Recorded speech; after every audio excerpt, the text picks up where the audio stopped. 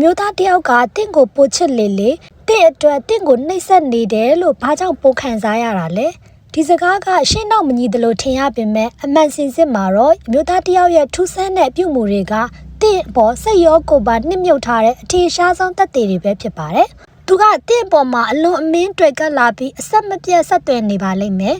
တင်းနဲ့တူတူရှိနေပြီဆိုရင်ဘာပဲလုပ်လို့သူကျဉ်နဲ့နေတတ်ပြီးတခါတည်းမှာတားတယောက်တစ်ဖွဲကလေးဆန်လုံးတယ်လို့သင်ခံစားရတတ်ပါတယ်။အာယုံကြောသိပ္ပံအရဒါကိုဆုလက်တောင်းတခြင်း reward craving လို့ခေါ်ပါတယ်။မျိုးသားတူအမှန်တကယ်ချစ်မိသွားတဲ့အခါအုံနောက်ရဲ့ reward circuit နဲ့ dopamine တွေကအများအပြားထွက်ရှိလာပြီးတော့ပြင်းပြတဲ့လွမ်းဆွမှုကိုလည်းဖြစ်စေတတ်ပါတယ်။ဒါကြောင့်အလောက်ရှုပ်နေအောင်မှမတိစိတ်ကတင့်ကိုတတိယနေတတ်ပြီးတင်းနဲ့စကားပြောဖို့စ조사နေတတ်ပါတယ်။ဒါကိုသူ့ရဲ့စင်ချင်တုံတရားနဲ့ထိန်းချုပ်လို့မရတဲ့တဘာဝရဲ့တုံ့ပြန်မှုပဲဖြစ်ပါတယ်။အမျိုးသားတယောက်ရဲ့ခန္ဓာကိုယ်တုံ့ပြန်မှုကအယမ်းကိုရိုးသားပါတယ်။သူမြင်တွေ့ရတဲ့လူနဲ့တွေ့တဲ့အခါမှာအုံနောက်ထဲမှာရှိတဲ့အမိုက်တလာနဲ့ mirror neurons တွေကအယမ်းကိုအလုပ်လုပ်ပါတယ်။ဒါကနိစက်လိုစိတ်ကိုလည်းဖြစ်ပေါ်စေပါတယ်။လက်ကင်ချင်းဖက်ချင်းနဲ့ထိတွေ့ခြင်းလိုမျိုးစိတ်ပိုင်းဆိုင်ရာဆွဲဆောင်မှုတွေဒါမကဇီဝကမ္မအရာနှစ်သက်ခြင်းရဲ့လက္ခဏာတွေကိုလည်းဖြစ်စေပါတယ်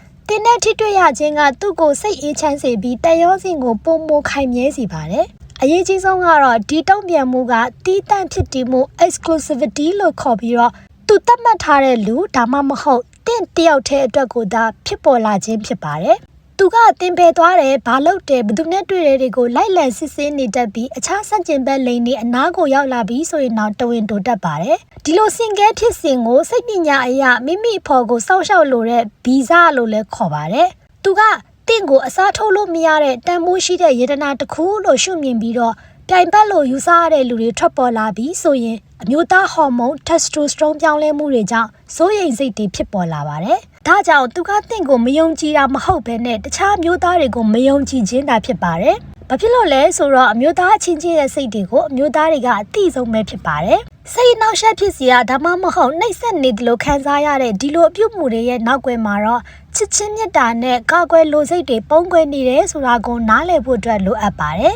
။ဒီစိတ်ပညာသဘောတရားတွေကိုသိရှိခြင်းဖြင့်အထင်မြင်လွဲမှားမှုတွေကိုလျှော့ချနိုင်မှာဖြစ်ပါတယ်။တင့်ပေါ်ထားတဲ့အချစ်ကိုဗီဇတဲ့အထိဆွဲမြင်းနေအောင်ချစ်ပေးတတ်တဲ့ဒီလူကိုလည်းတန်ဖိုးထားတတ်လာမှာဖြစ်ပါတယ်။ဒါကတော့အမျိုးသားတယောက်ရဲ့အချစ်ကြောင့်ဖြစ်ပေါ်လာတဲ့အပြုအမူတွေကိုစိတ်ပညာနဲ့ဇီဝဗေဒရှုထောင့်ကနေရှင်းပြခြင်းပဲဖြစ်ပါတယ်။ချစ်တဲ့လူတိုင်းသက်ဆုံးတိုင်ပေါင်းတင်းနိုင်ကြပါစေရှင်။